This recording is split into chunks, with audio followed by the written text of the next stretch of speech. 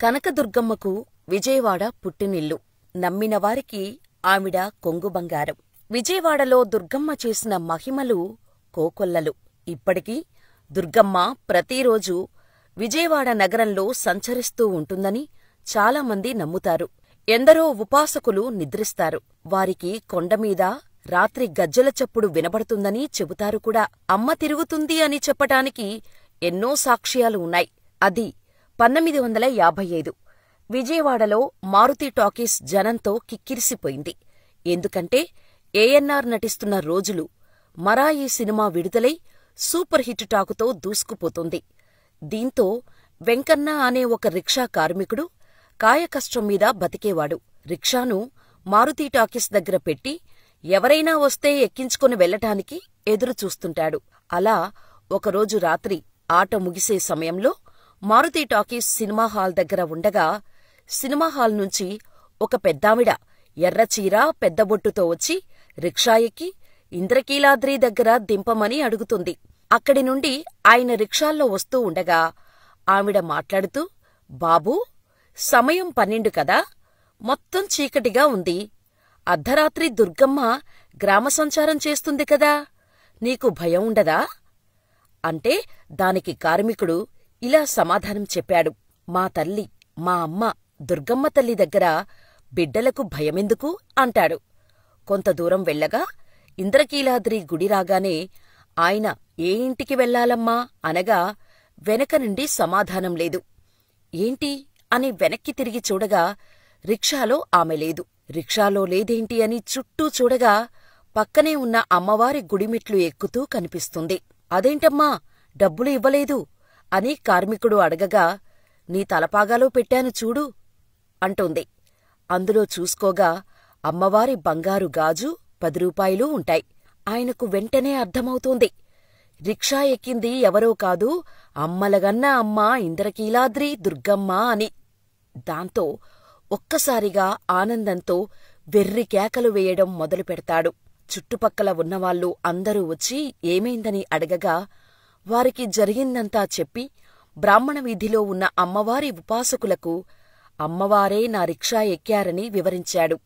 అమ్మవారు విజయవాడలో తిరుగుతుంది అని చెప్పటానికి ఇలాంటి సంఘటనలు ఎన్నో ఉన్నాయి. విజయవాడలో కనకదుర్గమ్మ ఎలా వెలిసింది? ఆలయాన్ని ఎవరు నిర్మించారు? ఎప్పుడు కట్టారు? అమ్మవారి కొలువై ఉన్న కొండకు ఇంద్రకీలాద్రి అనే పేరు ఎలా వచ్చింది? దుర్గమ్మ ముక్కుపుడకకు కృష్ణానదికి ఉన్న సంబంధమేమిటో తెలుసుకుందాం. పూర్వకాలంలో ధనువు పుత్రులైన రంభుడు, కరంభులు సంతానం కోసం ఈశ్వరుని గురించి ఘోర తపస్సు చేస్తారు. కరంభుడు నీటిలోనూ, రంభుడు అగ్నిలో కూర్చొని తపస్సు చేస్తుంటారు. వీరికి సంతానం కలిగితే లోక వినాశనం తప్పదు అని భావించిన ఇంద్రుడు వారి తపస్సును అడ్డుకునేందుకు ప్లాన్ చేస్తాడు. అగ్నిలో కూర్చొని తపస్సు చేస్తున్న రంభుడిని ఏం చెయ్యడం కుదరదని భావించిన ఇంద్రుడు మొసలి రూపంలో వచ్చి కరంభుని సంహరిస్తాడు. సోదరుని మృతితో రగిలిపోయిన రంభుడు తన తల నరుక్కొని పరమేశ్వరుడికి అర్పించటానికి సిద్ధమవుతాడు. అప్పుడు శంకరుడు అతనికి ప్రత్యక్షమై వరం కోరుకోమన్నాడు. పుత్రసంతతి లేని నాకు నువ్వే 3 జన్మల పుత్రునిగా జన్మించాలి అని కోరుకుంటాడు. ఈ బిడ్డ ముల్లోకాలను జయించేవాడు, వేదాంగ విధుడు, కామరూపుడు, దీర్ఘాయుష్మంతుడు కావాలి అని రంభుడు పరమేశ్వరుణ్ణి వరం కోరుకుంటాడు. ఈశ్వరుడు భోలా శంకరుడై రంభుడికి ఆ వరం ప్రసాదించాడు. దీంతో రంభుడు ఇంటికి తిరిగిపోతూ రాక్షస స్వభావుడైన రంభుడు దారిలో ఒక మహిళను చూసి దానితో బలత్కారం చేస్తాడు. ఇలా రుద్రుడు తన అంశంతో ఆ మహిషి గర్భంలో ప్రవేశిస్తాడు. కొంతకాలానికి మహిషాకారంతో బిడ్డ జన్మిస్తాడు. అతడే మహిషాసురుడు. అతను మహాబలవంతుడై ఇంద్రుని జయించి స్వర్గాధిపత్యం పొంది ముల్లోకాలన్నీ గజగజలాడిస్తూ ముల్లోకాలను భయభ్రాంతులకు గురిచేస్తూ ఉంటాడు. ఒకసారి మహిషాసురుడు కాత్యాయన మహర్షి ఆశ్రమానికి వెళ్లి అక్కడ స్త్రీరూపం ధరించి మహర్షి శిష్యుని బాధిస్తూ ఉండటంతో మహర్షి ఉగ్రుడై స్త్రీ చేతిలో నీకు మరణం సిద్ధిస్తుందని శపిస్తాడు. అయినా మహిషాసురుడు తన దుష్టబుద్ధిని వదలలేడు. స్త్రీలను, సాధు పుంగవులను, దేవతలని, ఋషులను బాధిస్తూనే వచ్చాడు. అప్పుడు దేవతలంతా కలిసి ఆదిశక్తిని ప్రార్థిస్తారు. ఆ దేవి ఉగ్రచండి అనే పేరిట ఉద్భవించి మహిషాసురుణ్ణి సంహరించింది. మరో జన్మలో మళ్లీ ఈ మహిషుడు రంభుడి పుత్రునిగా పుట్టి తన దానవ నైజంతో దేవతలని పీడిస్తూ ఉంటే ఆ దేవతల ప్రార్థనపై ఆదిశక్తి భద్రకాళి రూపంలో అవతరించి మహిషుని ముట్టుపెట్టింది. మూడవ జన్మలో ఈ మహిషుడు ఘోర తపస్సు చేసి బ్రహ్మ వసువురాలు పొంది ఇష్టానువర్తిగా వ్యవహరిస్తూ లోకపీడితుడయ్యాడు. ఆ మహిషునికి ఒకరోజు మహాకాళి తనని ఒరిసిపట్టి తన తల నరికి రక్తపానం చేస్తున్నట్టు భయంకరమైన కల వచ్చింది. అందుకు కంపితుడై మహిషుడు భద్రకాళిని గూర్చి ఘోర తపస్సు చేశాడు. అప్పుడు దేవి ప్రత్యక్షమైంది. ఇక తనకు జనన మరణాలు లేకుండా వరం ప్రసాదించమని, నీ చేతిలో హతుడైన నాకు నీ యజ్ఞభాగార్హత కలగజేయవలసిందని మహిషుడు కోరుతాడు. అప్పుడు జగన్మాత, మహిషా, నువ్వు రుద్రాంశ సంభూతుడవు. నాకు వాహనం కావటానికి బ్రహ్మ నిన్ను సృష్టించాడు. ఇక నువ్వు నా వాహనంగా ఉండి నేను నిలిచిన చోట పాదాక్రాంత శరీరుడవై నా సన్నిధిని నిలిచి ఉంటాను అని దేవి పలికింది. ఆ తర్వాత మహిషుడికి మళ్లీ జగన్మాత మాయ కప్పటంతో మళ్లీ అసుర చేష్టలకు పూనుకొని దేవతలను, మునులను పీడిస్తూ ఉండటంతో దేవతల ప్రార్థనపై మరో శక్తి శ్రీ కనకదుర్గామాత రూపం ధరించి సపరివారుడైన మహిషాసురుణ్ణి సంహరిస్తుంది. ఇలా మహిషాసురుని కర్ణాటకలో చాముండి హిల్స్ మీద అంతం చేస్తుంది. ఇలా ఆ తరువాత అమ్మ విజయవాడ ఇంద్రకీలాద్రికి వచ్చి వెలిసిందని చరిత్ర. అమ్మ ఇంద్రకీలాద్రిపై వెలవటానికి కూడా ఓ పురాణం ఉంది. పూర్వం కీలుడు అనే యక్షుడు ఆది పరాశక్తి అయిన దుర్గాదేవి గురించి తీవ్రమైన తపస్సు చేశాడు.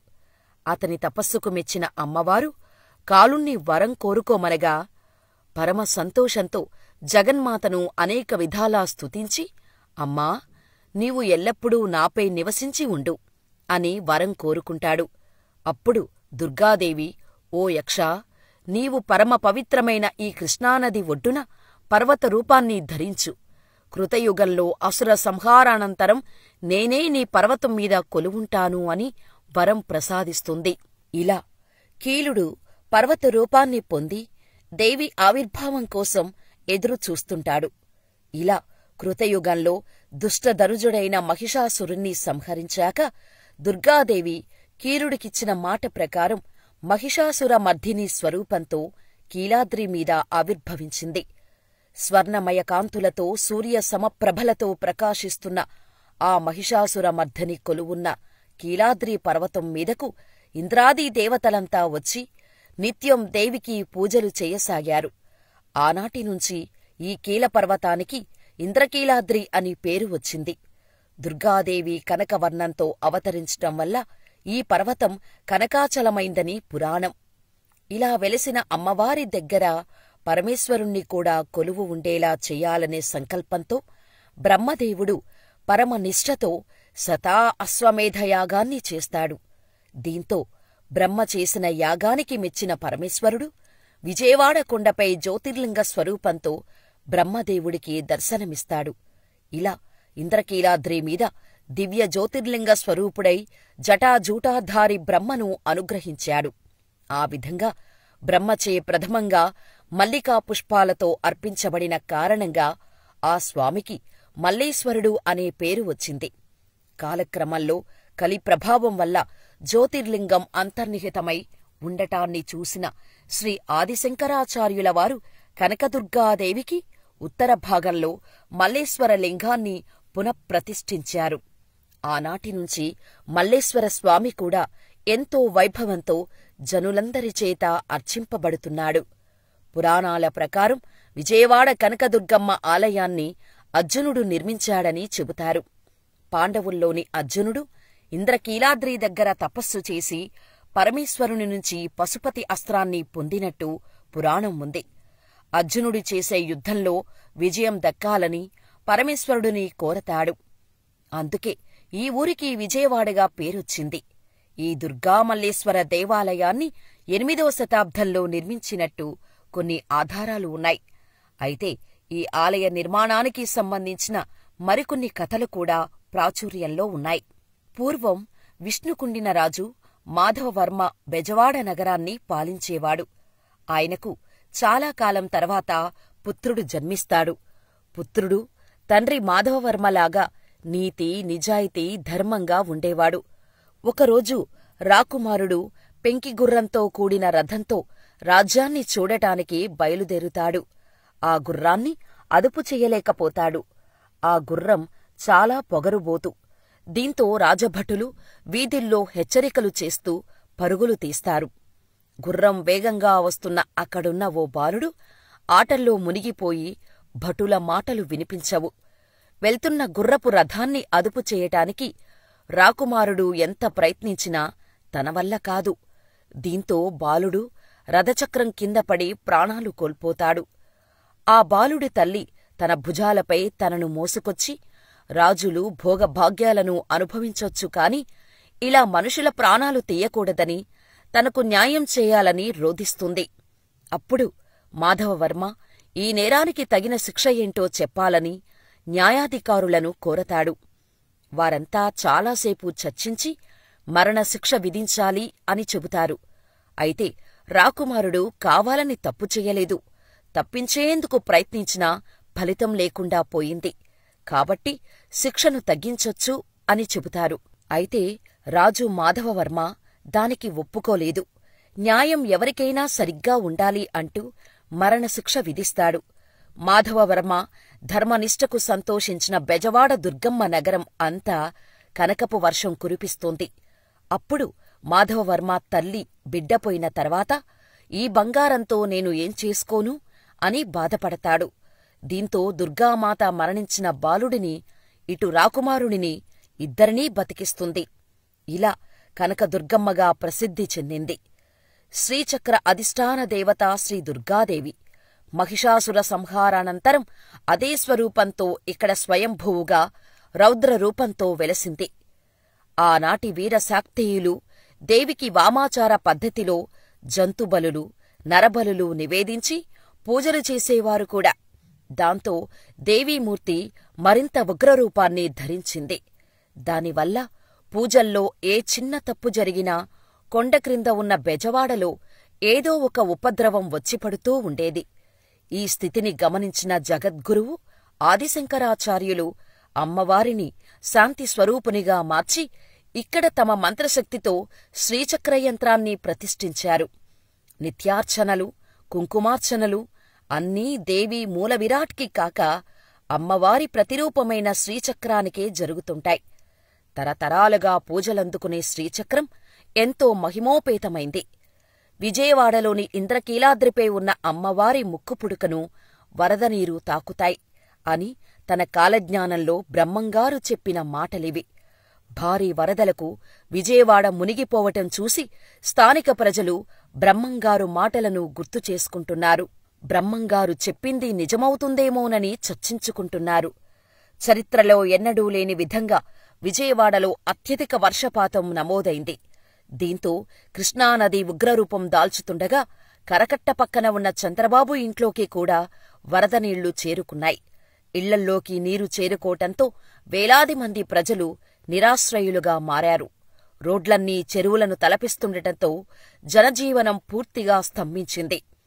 ప్రజలు ఇంటినుంచి బయటకు రావటానికి కూడా జంకుతున్నారు. ఇలాంటి పరిస్థితి బెజవాడలో ఎప్పుడూ రాలేదని ప్రజలు చర్చించుకుంటున్నారు. సో అసలు దుర్గమ్మ ముక్కుపుడక వెనుక ఉన్న పురాణ కథ ఏమిటో తెలుసుకుందాం. కీలుడు తనకు శాశ్వతత్వం ప్రసాదించమని దేవిని కోరటంతో పర్వతరూపంగా మారితే తాను దానిమీద నివాసమేర్పరచుకుంటానని చెప్పటంతో కీలుడు పర్వతరూపంలోకి మారిపోతాడు. అయితే అటుగా సముద్రం వైపు పయనిస్తున్న కృష్ణవేణికి ఇంద్రకీలాద్రి పర్వతం అడ్డొస్తుంది.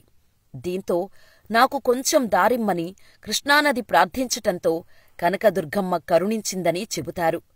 ఇలా బెజ్జం మార్గం ద్వారా కృష్ణవేణి ముందుకు పయనమైందని చెబుతారు. అందువల్లే ఈ ఊరు బెజ్జంవాడ అని పేరు. అదే తర్వాతి రోజుల్లో బెజవాడగా రూపాంతరం చెందిందంటారు. అయితే దుర్గాదేవి చేసిన సహాయానికి ప్రతిగా కృష్ణవేణమ్మ ముక్కుపుడకను కనకదుర్గాదేవి అరువు తీసుకుందని, అది తిరిగి ఇవ్వక్కర్లేకుండా తాను కొండమీదకు వెళ్లి అక్కడ ఆవాసం ఏర్పరచుకుందని అంటారు. దీంతో కృష్ణవేణి శపథం చేసిందట. కలియుగాంతానికి తాను కొండమీదకెగసి తన ముక్కుపుడక తీసుకుంటానని పురాణ కథ ఉంది. ఇదే విషయాన్ని విజయవాడలోని ఇంద్రకీలాద్రిపై ఉన్న అమ్మవారి ముక్కుపుడకను వరదనీరు తాకితే ప్రళయం వస్తుందని బ్రహ్మంగారు కాలజ్ఞానంలో కూడా చెప్పారు.